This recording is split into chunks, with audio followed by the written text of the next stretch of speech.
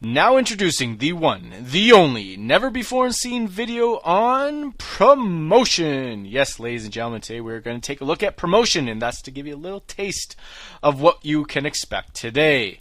So we're going to identify the promotional goals today. So this is the first part of promotion as far as this unit goes. So please make sure you get out your notes, your pen, your paper, follow the STORM philosophy, and sit back and enjoy. So today we are going to talk about the importance of promotion. What is so important about those ads you see on TV? We're going to look at the promotional process, and this will be a recurring theme that we revisit throughout this part of the unit. We're then going to look at the goals of promotion. There are 5. We're going to look at each in detail. So let's put this into context. You're watching TV. A commercial appears on screen. It's catchy. It's interesting. It's creative. What is so important about that commercial? Or let's say you're driving down the highway and you drive by a billboard. Again, you're driving by it so quickly. Is there any importance to that billboard? Or you walk into your local Costco, let's say, and there's all sorts of free samples around you. Are they just giving that food away for free? Are they not losing some money on that? What is so important about that? Well, this is all about promotion.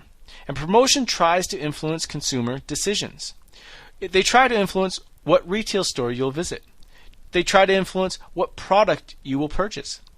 Promotion tries to influence you in terms of identifying what product is on sale and try to influence your purchase decision. Promotion does not replace a solid product. It does not replace a solid marketing campaign. You need to make sure you have a solid product and marketing campaign, and promotion will support it, but it does not replace it. And oftentimes, too often, many companies will get into the proverbial pot of hot water where they have a fantastic promotion, they influence all sorts of consumers to buy their product, but their product is just not that good. So what is so important about promotion? Why do so many companies spend all sorts of money on advertising, on sales promotions, on public relations?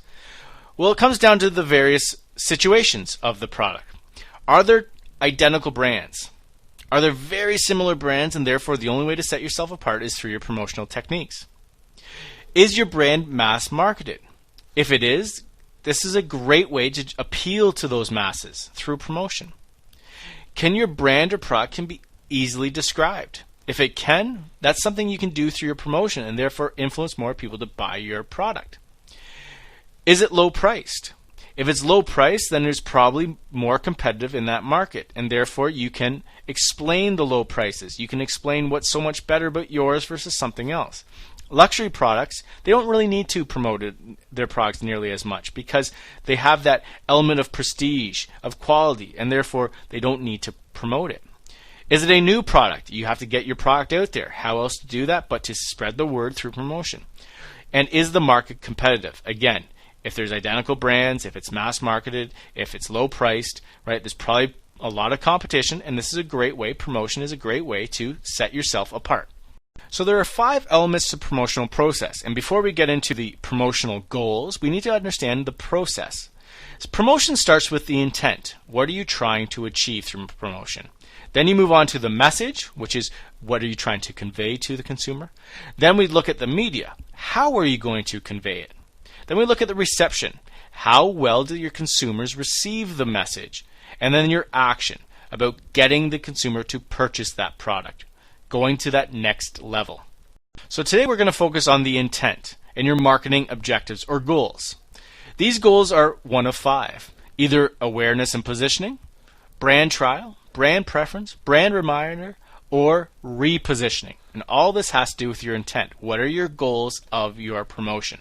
So one of your goals might be brand awareness or positioning. This is about informing your market. What's the brand's name? Where is it available? When is it available? What features and benefits, i.e. utility, does your brand have? And what does it look like? So we often see introducing or presenting or now, better than ever. These are terms that are used to describe this brand awareness and positioning. And oftentimes through brand awareness and positioning promotion, we'll see repeated details about the brand. And we try to repeat them as often as possible, trying to drill it into the consumer's mind. Part of this as well is to deliver the positioning message. And if you can't remember the positioning, product positioning, please look back in your notes. But the positioning message to the consumer. And so oftentimes we'll see truly Canadian or the only Canadian brand. And this is a way to appeal to the consumer. Really try and get them to understand the positioning of the product.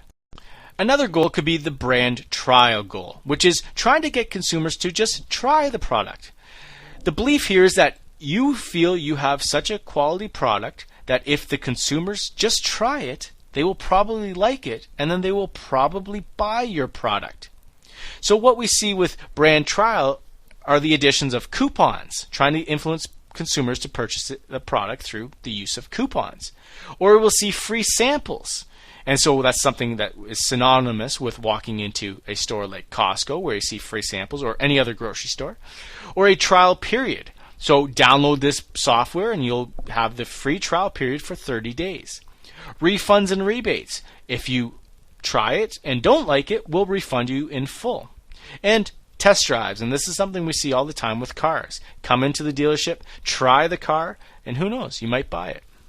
Another goal of promotion is brand preference, trying to convince your consumer that your product is better than your competitors. And this is where we're looking at the value equation. This is where you really want to draw on the positives.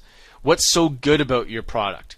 However, if you're going to state this, if you're going to state yours is number one, or yours is the best, or yours is the coolest, or whatever you use as far as an adjective goes, you need to be able to support it. And so oftentimes we see statistical data to support this.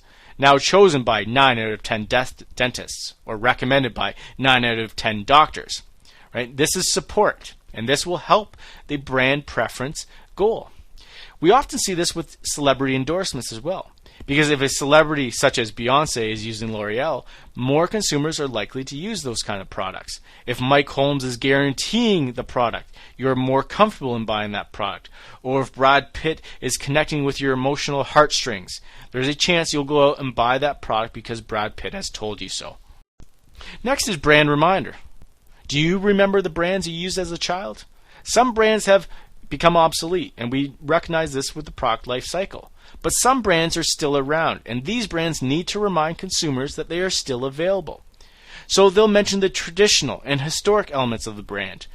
Tried, tested, and true, right? Or got milk. Trying to remind consumers that their product is still available, that it still has all these benefits to it, and that they should still buy it. And lastly is brand repositioning. So again, many products get to the end of their product life cycle and become extinct. Some products, however, recognize that they are still wanted in the marketplace, and maybe it just takes a slight change to the promotional aspects or elements and reposition the products as more, hip or cool. Old Spice, for example, did this very effectively. Right? They repositioned their product, and all of a sudden their dollars are pouring in.